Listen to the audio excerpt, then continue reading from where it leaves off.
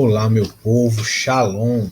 Me chamo Igor, sou discípulo da comunidade católica Shalom, como comunidade de aliança na missão de Campina Grande. E nesse vídeo aqui eu vou tentar responder algumas perguntas que foram feitas após a última formação, as últimas formações com o tema Serás inteiramente do Senhor teu Deus sobre as falsas doutrinas, certo? Então, vamos lá às perguntas. Primeira, né? A pergunta que eu faria seria o fato de que hoje em dia existe uma maior quantidade de profecias. Aí, como seria discernir melhor as falsas profecias? Aquilo que é falso, como eu falei, né, nas últimas formações, parece com o verdadeiro. E esse parecer-se com o verdadeiro, ele vai, de fato, enganando muitas pessoas. Né? Aqui, falsas profecias, a gente inclui também as falsas religiões. Né? Então, é uma religião que parece ser boa, que parece ser verdadeira, mas de fato ela não é.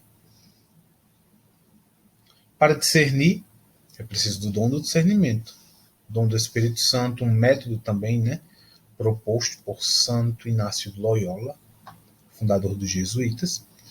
E esse método vai nos fazendo discernir se as profecias vêm de Deus, vêm da mente ou do coração humano, ou se eles vêm do demônio, tá? Esses três espíritos podem gerar uma profecia. Se ele vem de Deus, ela é uma profecia verdadeira. Se vem do homem ou do inimigo de Deus, é uma profecia falsa, tá? Então, é basicamente isso. Ter o dom de discernimento dos espíritos. Viver em oração vai nos ajudar. Com relação, né, às falsas religiões e às falsas profecias que essas religiões vão também pregando, eu posso olhar, né, se elas estão de acordo com o ensinamento da igreja, se prega Jesus como Senhor. A gente vê hoje em dia muitas falsas profecias, né, profecias sobre o fim do mundo, o fim dos tempos. Muito comum, não é verdade? Muitas pessoas já disseram o mundo vai acabar tal dia. Né? Hoje parou mais com isso, mas alguns anos atrás, na minha adolescência, nossa, era notícia no Jornal Nacional.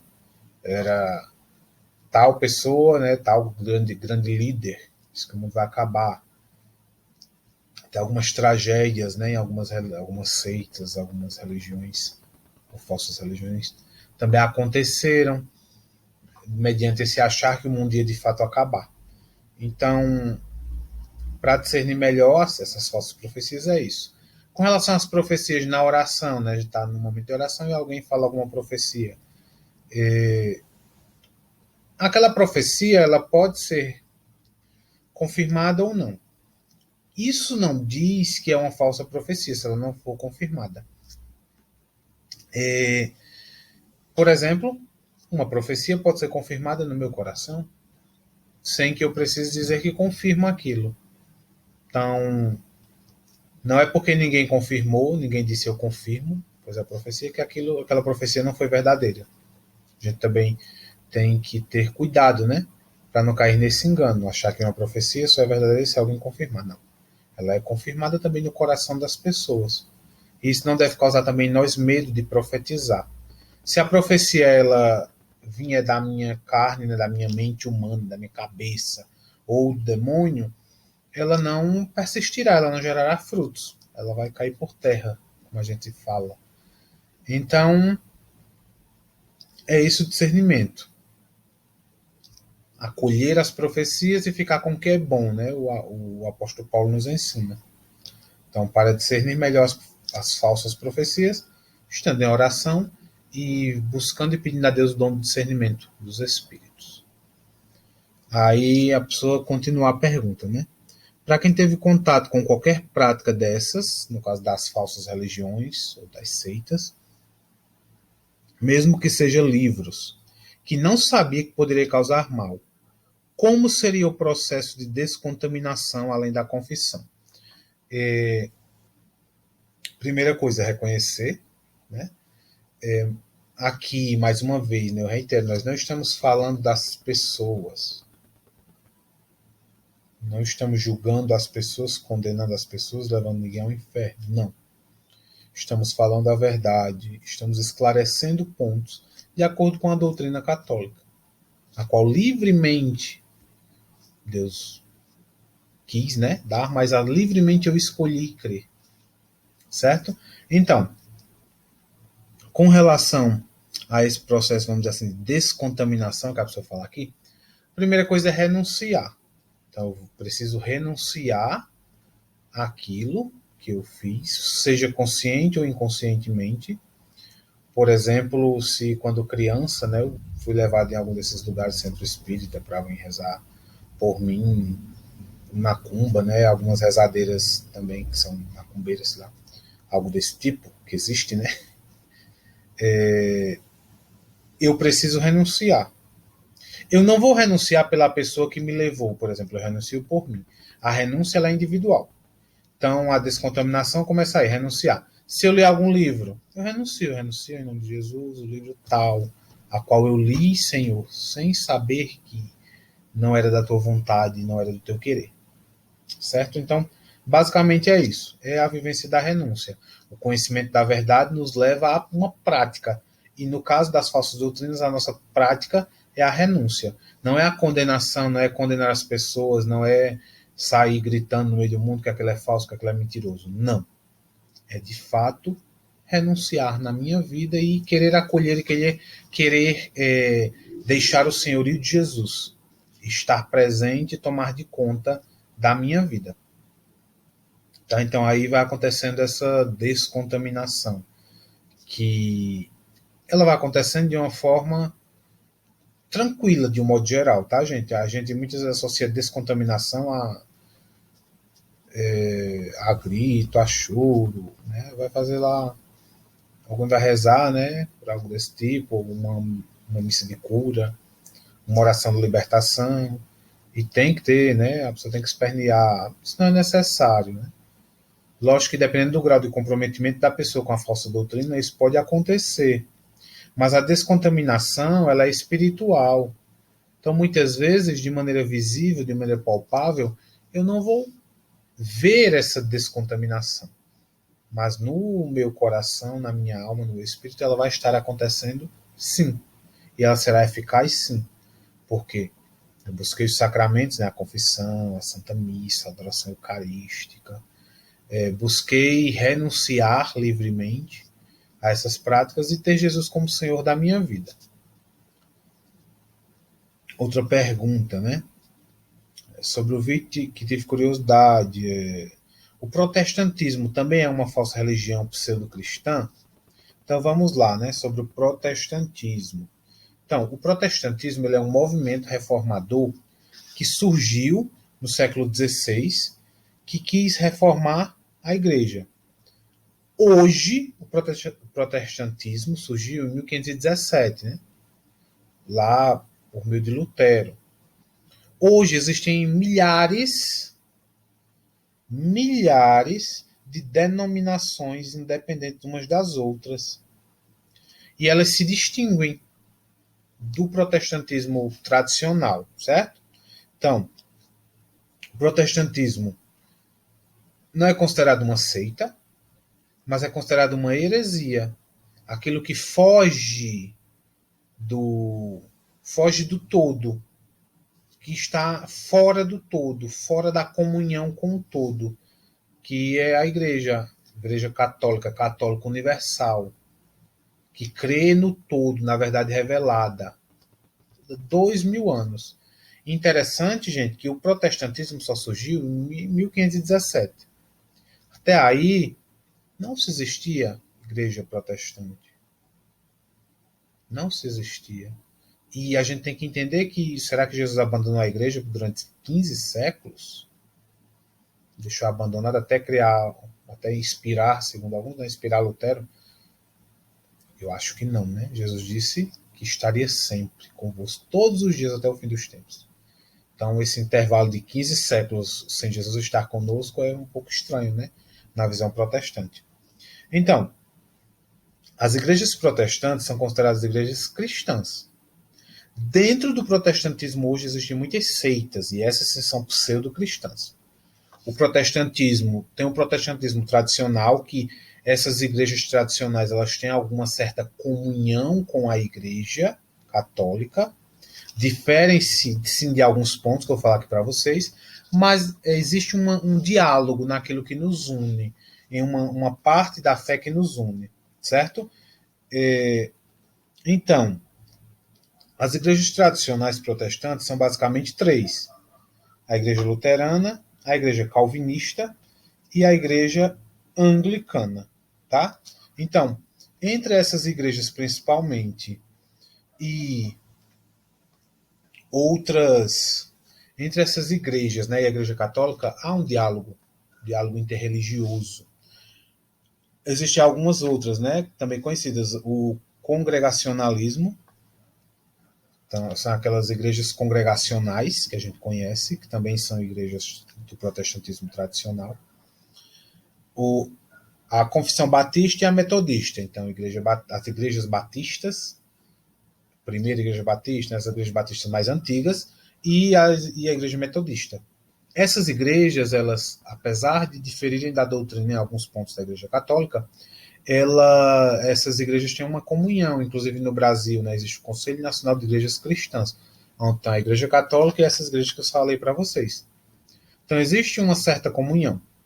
Lembrando que existem erros de doutrina. Por exemplo, a maioria dessas igrejas não tem os sacramentos, a Eucaristia, o sacerdócio, a comunhão com o Papa, com os sucessores dos apóstolos, com os bispos. O Papa, sucessor de Pedro, né?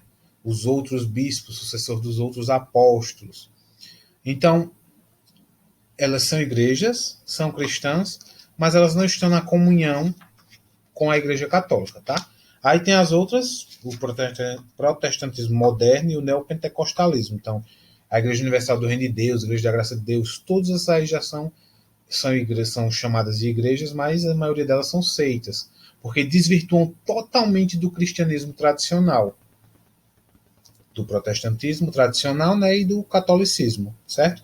E, de fato, elas não têm comunhão com a igreja. Então, as igrejas pentecostais, né, que é o protestantismo moderno, os adventistas do sétimo dia, a Assembleia de Deus, a igreja quadrangular, aquela igreja Deus é amor, todas essas igrejas são pentecostais, elas também têm graves erros de doutrina, certo? Que o diálogo com a igreja católica fica bem comprometido. Então, respondendo na pergunta, não poderia chamar de uma falsa religião pseudo-cristã do protestantismo tradicional, mas o protestantismo moderno e neopentecostal, de fato, são pseudo-cristãs na maioria das vezes, embora algumas, né, e algumas pessoas sérias também estejam ali, algumas não sejam assim, tá? Algumas sejam um pouco mais sérias. Mas nesse protestantismo moderno é mais difícil, tá? Então, quais os erros do protestantismo, né? Que a gente já, só para vocês entenderem um pouco, né? A justificação da fé sem obras. E quando eu falo isso, é o protestantismo tradicional, porque esse protestantismo moderno difere muito desse tradicional. Nega muitas coisas, tá? Então, a justificação pela fé sem obras. Isso é um dos erros, né, do protestantismo tradicional. A Bíblia como única fonte de revelação, também aí é um dos erros, né? E a negação de intermediários entre Deus e o crente, a pessoa que crê. Esses três pontos aí vão de encontro com o que nós aprendemos e cremos na Igreja Católica, certo? Então, basicamente isso, né? São igrejas cristãs, as tradicionais, mas que não estão em comunhão com a igreja e têm erros de doutrina. Os mais antigos têm menos erro, então existe uma certa comunhão em alguns pontos, e essas mais recentes são bem seitas mesmo, uma boa parte, a grande maioria. São muitas denominações, mais de 10 mil denominações diferentes, cada uma pregando uma coisa diferente. Tá? Então, é uma questão bem complicada e complexa essa questão do protestantismo. A outra pergunta: como a fé e a razão vai influenciar na vida em comunidade? Então, vamos lá. O Papa João Paulo II, ele escreveu uma encíclica chamada Fide et Ratio, Fé e a Razão, aonde o Papa vai nos ensinando que a fé e a razão são duas asas que nos elevam ao conhecimento da verdade, à contemplação da verdade, que é o que nós buscamos. A fé e a razão, elas precisam estar unidas. A fé e a razão precisam estar unidas. Nem só a razão e nem só a fé. Olha só o que diz o Concílio Vaticano I sobre esse ponto aí, da fé e da razão. O texto é um pouco longo, eu vou ler só o trechinho da fé e da razão, tá? Esses são dos documentos do Concílio Vaticano I. Acho que aconteceu, né, em 1870, por aí. Fala assim, ó. A fé livra e protege a razão de erros e a instrui com múltiplos conhecimentos. A fé livra e protege a razão de erros. Então, a fé, ela é um dom do Espírito Santo, uma virtude teologal que está no nosso coração pelo batismo, um dom carismático também, né? Tem um dom carismático da fé. E ela ajuda na vivência da razão, porque a razão também é necessária para nós. Nós temos que ter. Deus nos deu uma razão. Deus nos deu uma vivência racional. Nós somos animais racionais. Na encíclica Fé e Razão, né, Fides et Ratio, o Papa João Paulo II diz assim, ó: a luz da razão e a luz da fé provém ambas de Deus. A luz da razão e da fé provém de quem? De Deus. Por isto, não se podem contradizer entre si. Papa João Paulo II, encíclica Fé e a Razão. A fé e a razão não podem contradizer entre si, mas elas juntas, elas caminham em direção a Deus. Porque a fé sem a razão, ela pode também nos levar ao outro oposto. A razão sem a fé vai nos levar ao racionalismo, condenado pela igreja, e a fé sem a razão nos faz achar que não precisamos da razão. Então, na vida em comunidade, como é que eu vou, né? Como é que ela vai influenciar na minha vida em comunidade? Eu creio que Deus eu creio que Deus quer que eu ame meu irmão. Isso é algo fundamental, né, na nossa fé. Mas o meu irmão, ele me fez uma raiva muito grande, né? Eu estou com vontade de matar o meu irmão. Porque nós somos gente, nós não somos anjos. A fé me diz que eu não devo matar o meu irmão, que eu devo amar o meu irmão, perdoar o meu irmão, dialogar com o meu irmão. A razão vai me fazer agir de acordo com a fé. Porque a minha razão vai ser iluminada pela fé. Ela não vai estar solta, mas é uma razão iluminada pela fé. Então, isso que é importante, tá? Para nós entendermos. Usarmos dessas duas asas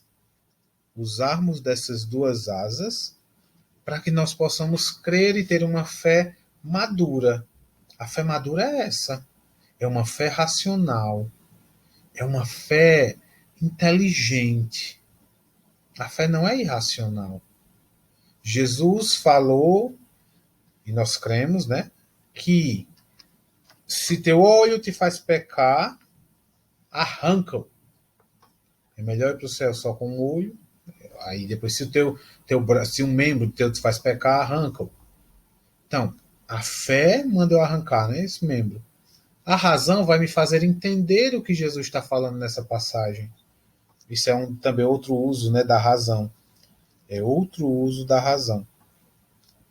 Ainda o Vaticano I, criticando, né, esse racionalismo absoluto, ele diz assim, diz que a razão humana o racionalismo prega, né? A razão humana é tão independente que Deus não lhe pode exigir a fé. Não, a razão humana não é tão independente que Deus não exige a fé. Pelo contrário, Deus nos dá. Aqui o Vaticano I está criticando, né, esse racionalismo brutal que existe aí. Tá? Então, é muito isso. Por exemplo, os milagres, né, que acontecem. A igreja se utiliza também da razão, da ciência, né, utilizar da razão para dar a autenticidade dos milagres. Fazer com que os milagres eles possam, de fato, né, demonstrarem aí que eles aconteceram, que eles venceram, vamos dizer assim, venceram a natureza, a fé e a razão, né, que inclusive juntas dão muitos frutos. Santo Agostinho fala da razão, né, o olhar racional para as coisas, iluminados pela fé. Ainda o Concílio Vaticano I também fala, né, que a razão iluminada pela fé, buscando com piedade e prudência, consegue, com a ajuda de Deus, uma inteligência muito frutuosa dos mistérios, seja pela analogia com que conheço, pela via natural, seja pela conexão de uns mistérios com outros e com o fim último do homem. Então, a fé e a razão são criadas por Deus, dadas a nós por Deus, são para nós conhecermos mais a Deus, mais unidas, tá? Não ir para o fideísmo, só a fé, isso é errado, a igreja ensina que é errado, e não ir para o racionalismo, só a razão. Uma fé equilibrada. E a fé equilibrada vai nos fazer viver em comunidade, viver na nossa casa, na nossa família, na igreja, na paróquia, na comunidade, no grupo de oração, de uma maneira equilibrada, iluminada, de acordo com a vontade de Deus. E aqui, uma última pergunta, duas, na verdade, né? A escolha da nossa religião pode atrapalhar na nossa vida e na caminhada? A escolha da nossa religião pode atrapalhar nossa vida e na caminhada? Pode. A escolha e aí, independente aí se ela é uma falsa religião ou não, ela pode atrapalhar sim. Não a escolha em si, mas como eu faço, como eu vivo essa escolha, né? Voltando para a questão anterior, se eu sou católico, mas eu vivo um fideísmo, isso vai atrapalhar, né, a minha vida. A minha caminhada também, né? Porque eu não vou ser um bom católico, embora eu acho que seja, vivendo fideísmo apenas. Ou o racionalismo também, né? Os católicos racionais, racionalistas. Vai atrapalhando. Então, não seria assim a escolha da nossa religião em si, mas a vivência da religião em si vai atrapalhando, sim, a minha vida e a minha caminhada. A vivência ou a não vivência da religião. A vivência da fidelidade àquilo que Deus pede, àquilo que Deus vai nos mostrando, àquilo que a igreja ensina. Certo? Então, esse atrapalhar a vida e a caminhada, não sei em que sentido, né? Essa pergunta do atrapalhar a vida, né? A caminhada, creio que seja a caminhada mesmo com Deus, né? É muito nisso, né? A vivência equilibrada da fé, da religião.